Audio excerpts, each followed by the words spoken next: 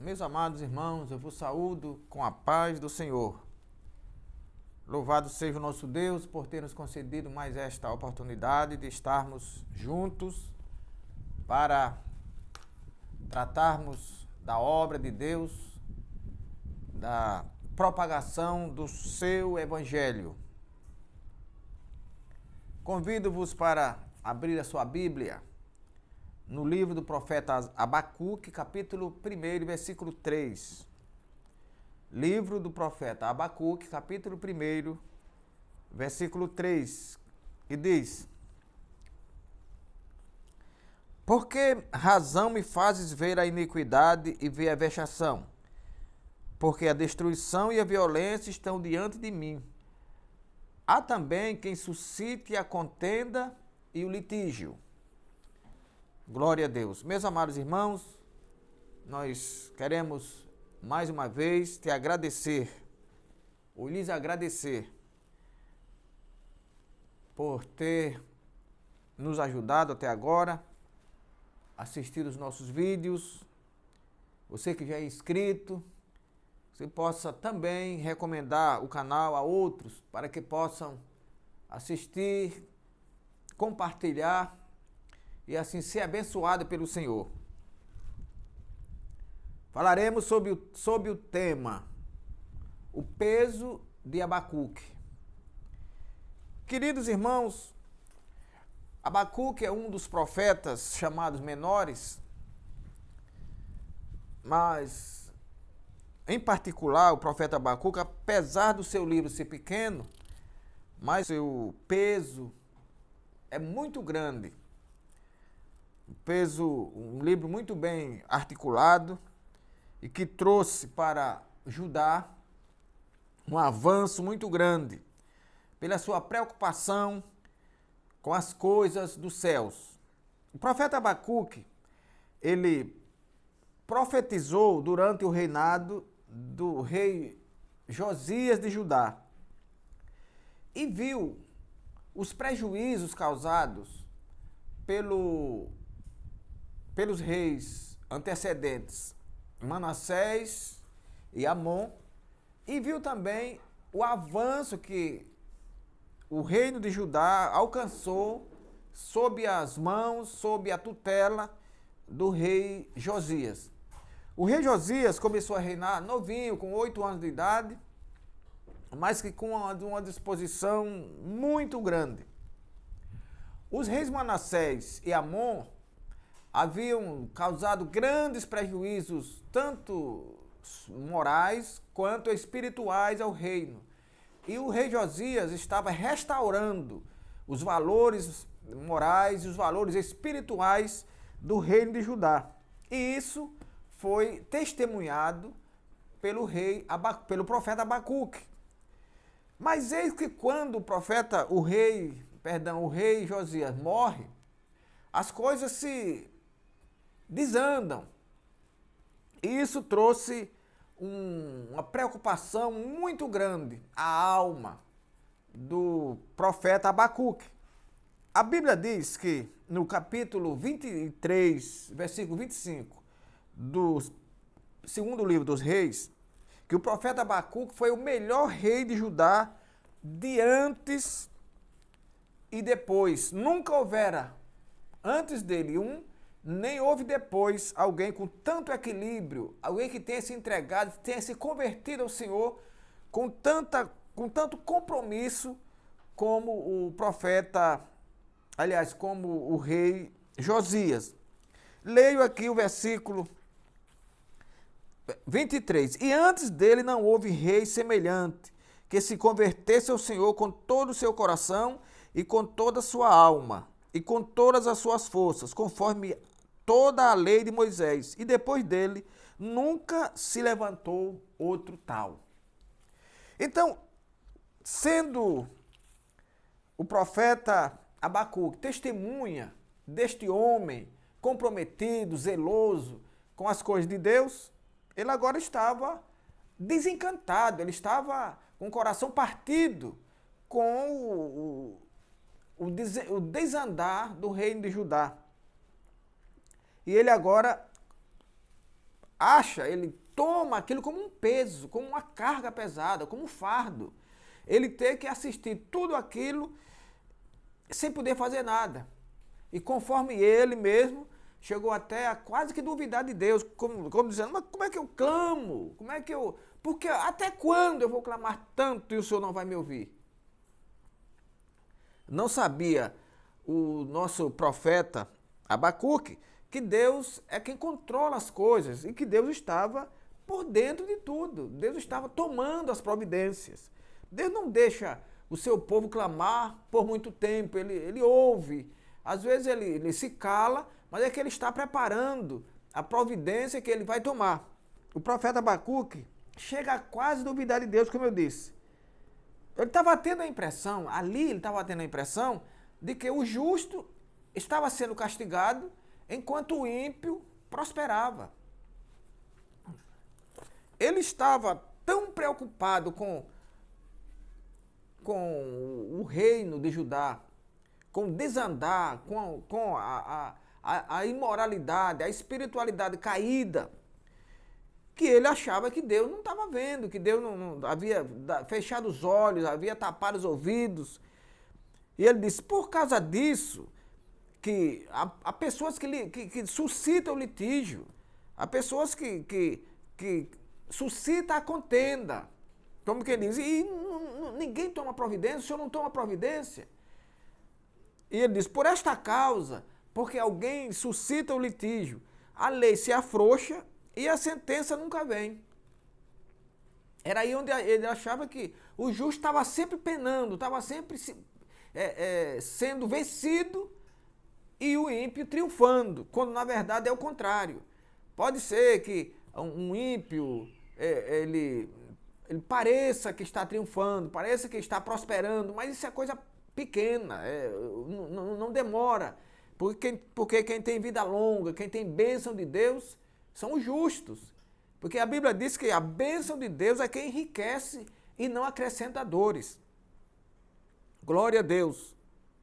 Então, meus amados irmãos, eu vou listar aqui alguns dos feitos de Josias que encantaram o povo de Judá e que também estava na memória do rei, do profeta Abacuque. O rei Josias reparou o templo, conforme está escrito no segundo livro dos Reis, capítulo 22, e versículo...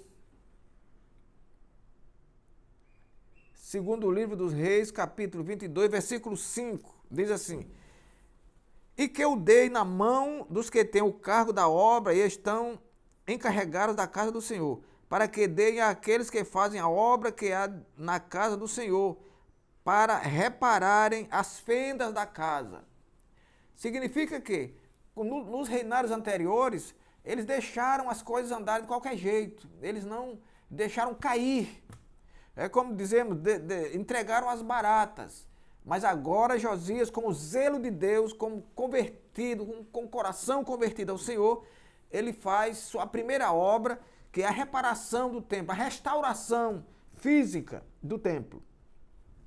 Também o rei Josias, ele acha o livro da lei por meio do sacerdote e lê perante o povo. Capítulo 22, versículo 8. Então disse o sumo sacerdote Ilquias ao seu escrivão, achei o livro da lei na casa do Senhor. E Ilquias deu o livro a Safã e ele o leu. Olha aqui, o livro de Deus estava perdido na casa de Deus. Tamanho era a negligência, a falta de cuidado com as coisas de Deus, que o livro estava lá, jogado em casa, perdido na casa. Que o Senhor nos abençoe, meus amados, e que nos livre destes males, de que nós tenhamos o livro de Deus guardados em casa como se perdidos estivessem. Estão tão guardados que parece que estavam perdidos e nós não lemos, nós não nos guiamos por ele, nós não vivemos de acordo com ele. Eu quero lhe dizer nessa tarde que você deve, como o sacerdote Ilquias, encontrar o livro que está na sua casa. o livro da lei, a Bíblia Sagrada, que está empoeirando na sua estante, que você não lê, você não tem como uma regra de fé e prática. Então, um dos grandes feitos do rei Josias foi, por meio do sacerdote Ilquias, encontrar o livro e ele reuniu o povo para ler, para incutir na mente do povo o livro da lei, a lei do Senhor. Também, o rei Josias, ele renova o pacto com Deus. Capítulo 23, versículo 3. E o rei se pôs em pé junto à coluna e fez concerto perante o Senhor, para andarem com o Senhor e guardarem os seus mandamentos, e os seus testemunhos, e os seus estatutos, com todo o coração e com toda a alma, confirmando as palavras deste concerto que estavam escritas naquele livro. E todo o povo esteve por este concerto.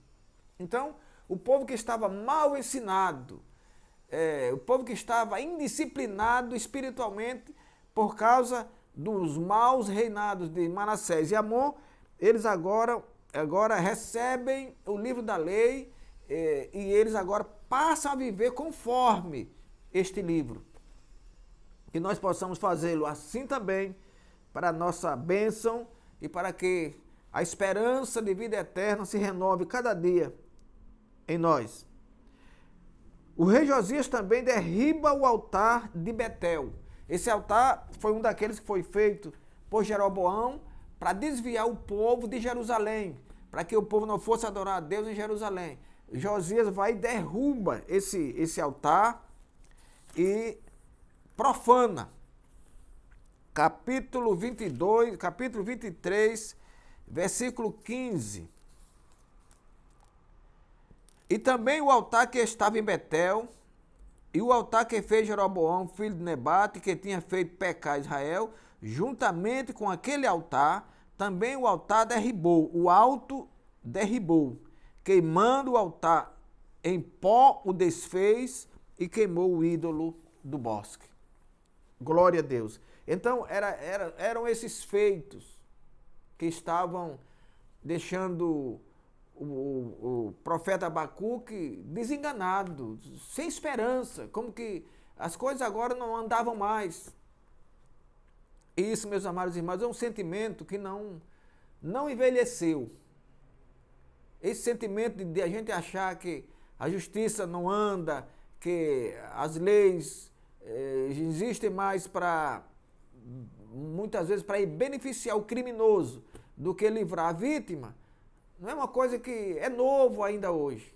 Não é? Veio lá de Abacuque e venceu os anos, mas que, infelizmente, nos dias de hoje, a gente, com tristeza, ainda diz que os nossos legisladores muitas vezes estão mais preocupados em fabricar, mas fabricar mesmo, leis que beneficiem o crime para facilitar as suas ações criminosas, do que beneficiar a população para quem o serviço público deve ser direcionado.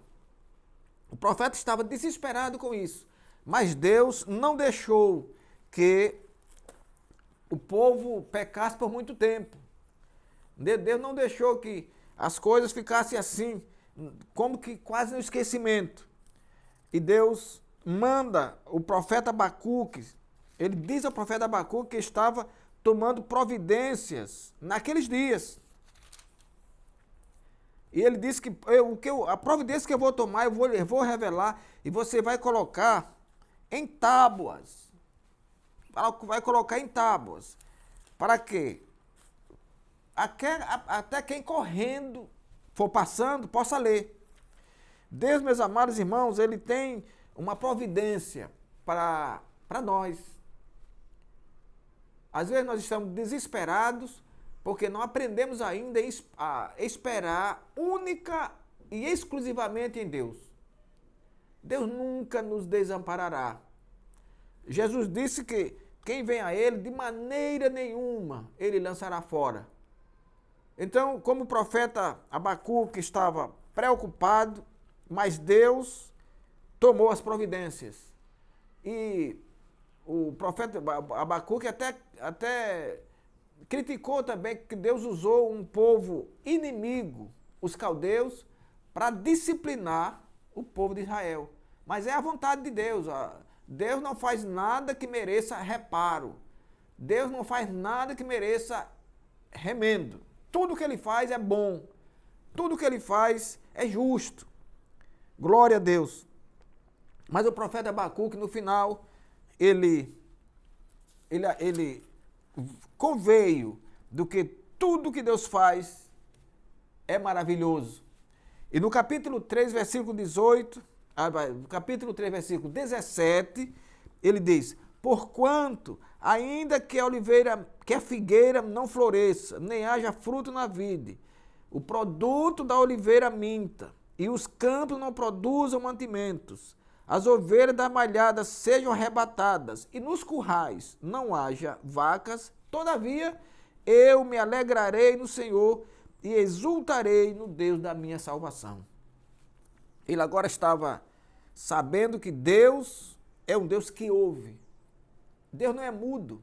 Já dizia o profeta Isaías, Deus não está com seus ouvidos travados para não ouvir, e nem os seus braços estão fechados para que não possa acolher e abraçar aqueles que lhe pedem socorro.